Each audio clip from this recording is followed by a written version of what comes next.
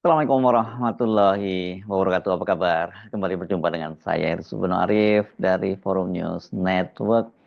Sejumlah kandidat kader PKS yang berlaga di Pilkada serentak hari ini, hari Rabu PON 27 November 2024, berdasarkan hasil quick count itu tumbang di beberapa daerah yang secara tradisional itu merupakan basis pendukungnya, dan ini daerah-daerah yang selama ini dikuasai oleh PKS di Jakarta, Jawa Barat, dan Depok. Ini Depok Jawa Barat juga ini ya. Kader PKS yang maju di Pilkada tingkat 1 dan tingkat 2 itu gagal untuk meraih kemenangan. Saya nggak menyebutnya kalah, sama aja ya, gagal untuk meraih kemenangan. Di Jawa Barat, PKS itu kan menerjunkan presidennya, yakni Ahmad Saihu, maju sebagai calon gubernur, itu berpasangan dengan Ilham Habibie. Ini putra Bapak B.J. Habibie, dan mereka ini diusung oleh PKS yang berkoalisi dengan Nasdem. Dan ini perolehan suara mereka ini dari 4 kandidat yang berlaga di Pilkada Jawa Barat hanya berada di urutan kedua. Kendati berada di urutan kedua atau di peringkat kedua, perolehan suaranya itu terpaut jauh dengan pasangan Deddy Mulyadi dan Erwan Setiawan yang diusung oleh Partai Gerindra. Di Jakarta, kader PKS Suswono yang dipasangkan dengan calon gubernur dari Partai Golkar, Ridwan Kamil, dan diusung oleh 15 partai yang tergabung dalam Kim Plus itu, secara mengejutkan ini kalah dari pasangan Pramono Rano yang hanya diusung oleh PDIP sendirian. Tapi jangan lupa di situ belakangan juga ini bisa disebut PDI Plus karena ada faktor Anies yang belakangan bergabung endorse pasangan ini. Namun untuk Jakarta ini peluang mereka untuk memenangkan pilkada itu belum tertutup. Karena berdasarkan quick count, hampir semua lembaga survei itu menunjukkan bahwa pasangan Pramono Rano yang unggul jauh dari Ridwan Kamil Suswono itu belum mencapai angka 50% plus 1.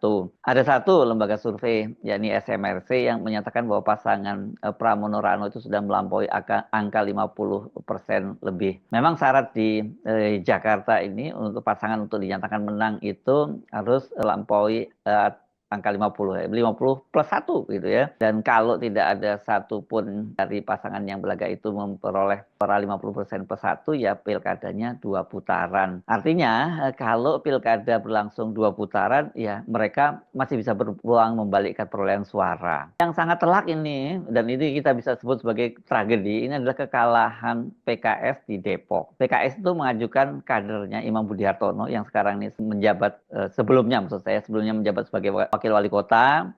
Artinya ini incumbent dipasangkan dengan kader Partai Golkar Dr. Ririn Alfarabi namanya ya. Dan ini ternyata mereka ini kalah dari hasil quick count-nya itu, kalah dengan pasangan Sofyan Sauri, mantan Sekda Depok, yang dipasangkan dengan Chandra. Nah, ini Sofyan Chandra ini diusung oleh partai-partai Kim Plus minus PKS dan Golkar. Kekalahan PKS di Depok ini sungguh menyesakkan ya, karena PKS itu selama 20 tahun terakhir atau 4 pemilu, 4 pilkada berturut-turut selalu menang di Pilkada Depok. Kekalahan pasangan Imam Budi dan Rini di Depok ini dilengkapi juga dengan kekalahan atau perolehan suara dari pasangan Saihu Ilham atau disingkatnya Asih itu, yang juga jeblok di Depok. Pasangan Saihu Ilham ini hanya memperoleh 27,07%, sementara pasangan Deddy Mulyadi, Erwan Setiawan meraup 53,18%. Pasangan lainnya itu lebih rendah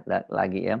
Dalam beberapa pilkada terakhir, pasangan calon gubernur dan calon wakil gubernur yang diusung oleh PKS itu tidak pernah kalah di Depok. Misalnya pada Pilgub tahun 2018. Pada waktu itu Ahmad Saihu juga dipasangkan dengan Ajat Sudrajat, ini kader Gerindra. Tapi pada waktu itu Saihu yang menjadi calon wakil gubernurnya. Nah, walaupun kalah di sana itu, walaupun kalah pada pilkada 2018, tapi di Depok ini perolehan pasangan Ajat dengan Saihu, atau waktu itu disebutnya Asik singkatannya gitu, itu memperoleh suara tertinggi di Depok sampai sebesar 44,2%. Ini terbanyak di antara 4 pasang kandidat yang berlaga. Artinya kalau pada waktu itu pilgubnya itu dilaksanakan juga di Depok, ya menang juga gitu ya.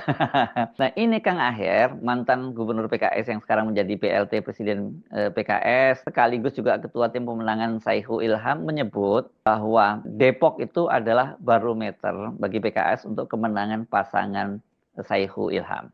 Ya karena kata Kang Aher, kepercayaan warga Depok terhadap PKS itu sangat tinggi.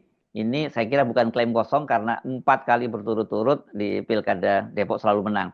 Nah sekarang bukan hanya perolehan suaranya itu blok di Depok, tapi kadernya yang diusung menjadi wali kota, calon wali kota malah kalah. Ini incumbent loh ya, incumbent kemudian kalah dengan sekdanya. Apa yang menjadi penyebab kekalahan PKS di daerah yang secara tradisional menjadi basis pemilihnya itu mulai dari Jakarta, di Jawa Barat, dan kemudian lebih spesifik lagi adalah di Kota Depok. Di Jakarta pada pemilu legislatif 2024 PKS itu kan memperoleh suara dan kursi terbanyak. Ini mengalahkan PDI atau menumbangkan PDIP ya. Ini karenanya itu kemudian sekarang ini ketua DPRD Jakarta itu dijabat oleh kader PKS. Di Jawa Barat pada pemilu legislatif lalu PKS itu perolehan suaranya juga menempati posisi kedua di bawah Gerindra untuk Jawa Barat. Sementara untuk Depok itu ya terbanyak perolehan kursinya. Kader PKS juga pernah selama 2 periode menjadi gubernur di Jawa Barat. Ya, ini Kang Aher ya. Dan ini adalah gubernur yang punya prestasi sangat bagus dari PKS. Jadi waktu di bawah Kang Aher itu memang citra PKS di Jawa Barat itu sangat bagus-bagusnya gitu ya.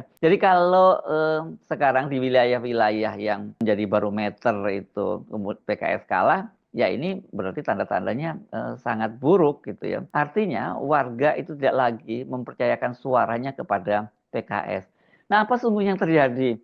Orang sudah sampai 4 periode berturut-turut dipercayakan pada PKS, tiba-tiba kok langsung berbalik badan begitu saja. Kan ini belum terlalu lama ya, kemarin pada pemilu kemarin itu juga PKS itu juga menang maksud saya di pemilu legislatif yang lalu kan menang PKS di Jakarta, di Jawa Barat nomor 2 dan di Depok nomor 1. Kenapa sekarang kok tiba-tiba kandidat yang diusungnya itu dimohi atau dijauhi oleh para pemilihnya? Apa penyebabnya? Saya kira saya sepakat dengan Anda atau mungkin Anda juga sepakat dengan saya. Kalau tidak sepakat di mana tidak sepakatnya dan kalau kurang nanti Anda bisa menambahkannya.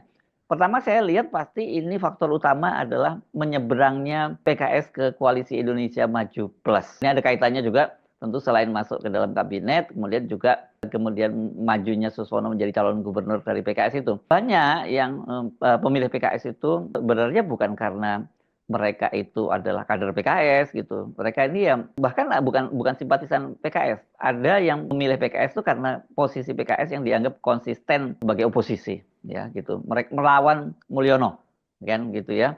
Jadi artinya pemilih PKS itu kader PKS, kader pun ada kader inti, bukan kader biasa, kemudian ada yang simpatisan, dan yang keempat ini ada yang karena melihat PKS sebagai partai yang konsisten sebagai oposisi. Nah sekarang setelah sekian lama melawan Jokowi, kok kemudian berkoalisi dengan Jokowi. Walaupun PKS selalu menyatakan bahwa dia itu mendukung pemerintahnya Prabowo. Tapi kan semua orang tahu bahwa di situ juga ada Gibran Rakabuming, putranya Pak Jokowi. Jadi ya PKS ya itu bukan bagian dari pemerintahnya Prabowo Gibran, nggak bisa menyebut hanya Prabowo saja. Dan kemarin kan dengan majunya Suswono itu menjadi calon wakil gubernurnya Ridwan Kamil dan itu di-endorse oleh Jokowi, ya berarti kan mereka itu sekarang PKS disebut satu kolam dengan Jokowi. Bahkan ada yang menyebutnya PKS itu singkatannya diubah pada waktu itu ya, ini Partai Keluarga Solo. Tapi yang jelas yang membuat orang kemudian merasa jadi big no dengan calon yang diusung oleh PKS itu ya karena itu tadi mereka bersekutu dengan Mulyono. Bahkan kalau di Jakarta ini kan calon gubernurnya adalah Ridwan Kamil yang betul-betul dia mengidentifikasi dirinya sebagai orangnya Mulyono gitu. Itu yang kemudian membuat PKS ditinggalkan. Dan ini kalau tidak hati-hati ini dampaknya tidak hanya pada pilkada sekarang, tapi juga berimbas pada pemilu berikutnya, pada pemilu legislatif gitu ya. Yang kedua, saya kira ini kita pasti juga sepakat semua bahwa antara lain ya karena PKS itu meninggalkan Anies. Saya kalau menggunakan kalimat meninggalkan itu masih halus, karena banyak yang menyebut bahwa PKS itu menjegal Anies dengan bergabung dengan Koalisi Indonesia Maju Plus. Itu kan artinya kemudian Anies sudah dipastikan tidak mendapat tiket dan tidak bisa maju ke pilkada. Untung saja pada waktu itu kan PDIP itu bisa mengajukan sendiri calonnya setelah ada peraturannya diubah oleh KPU, tapi kemudian last minute Anies batal dicalonkan oleh PDIP. Tapi itu bagian sejarahnya. Tapi kita balik, kan kemudian kita ingat bahwa keputusan PKS kemudian bergabung dalam pemerintahnya Prabowo dan kemudian calonnya itu Suswono itu dijadikan calon wakil gubernur. Itu kan ada dua soal tadi ya tuh. Satu dia mereka kemudian menyeberang dari oposisi menjadi koalisi pemerintah meskipun dia tidak menempatkan kadernya, kader resminya ya di pemerintahan karena ada pos sekarang ini di kabinet yakni pos Menteri Tenaga Kerja itu adalah ilmuwan dari ITB yang di-endorse oleh PKS, tapi saya menduga sebenarnya ini adalah kader tapi karena statusnya sebagai apa ya nih kalau di perguruan tinggi sekarang ini ASN atau pegawai PTNBH gitu yang tidak boleh menjadi aktivis politik, maka ya dia tidak secara resmi disebut sebagai kader gitu ya. Yang kedua tadi itu meninggalkan Anies. Meninggalkan Anies ini juga pengaruhnya sangat besar. Saya kira PKS tidak boleh jumawa bahwa justru Anies yang membutuhkan PKS karena suara PKS di Jakarta kan sangat tinggi. Kan pada waktu itu ada yang juru bicara PKS yang menyatakan kenapa mereka meninggalkan Anies karena kan Anies itu sudah diberi tiket oleh PKS pada waktu itu dipasangkan dengan mantan Presiden PKS Sohibul Iman sebagai calon wakil gubernurnya dan tinggal menambahi sekitar berapa lagi waktu itu ya, tinggal berapa kursi lagi, tapi ternyata Anies tidak bisa katanya. Jadi ya jangan disalahkan kalau PKS itu kemudian meninggalkan Anies gitu. Padahal kan seharusnya bisa dilihat juga bahwa dipastikan perolehan kursi PKS yang terbanyak sekarang di DPRD DKI Jakarta itu bukan semata-mata itu karena kerja keras dari PKS, tapi itu juga ada pengaruh dari kotel efek gitu kalau dalam politik karena PKS itu kan berada dalam koalisi perubahan dan mengusung Anies Baswedan serta Muhaimin sebagai calon presiden. Jadi sebenarnya antara Anies dan PKS itu memang saling melengkapi. Jadi sebenarnya tidak ada yang boleh mengklaim bahwa mereka lebih hebat dari satu lainnya begitu ya.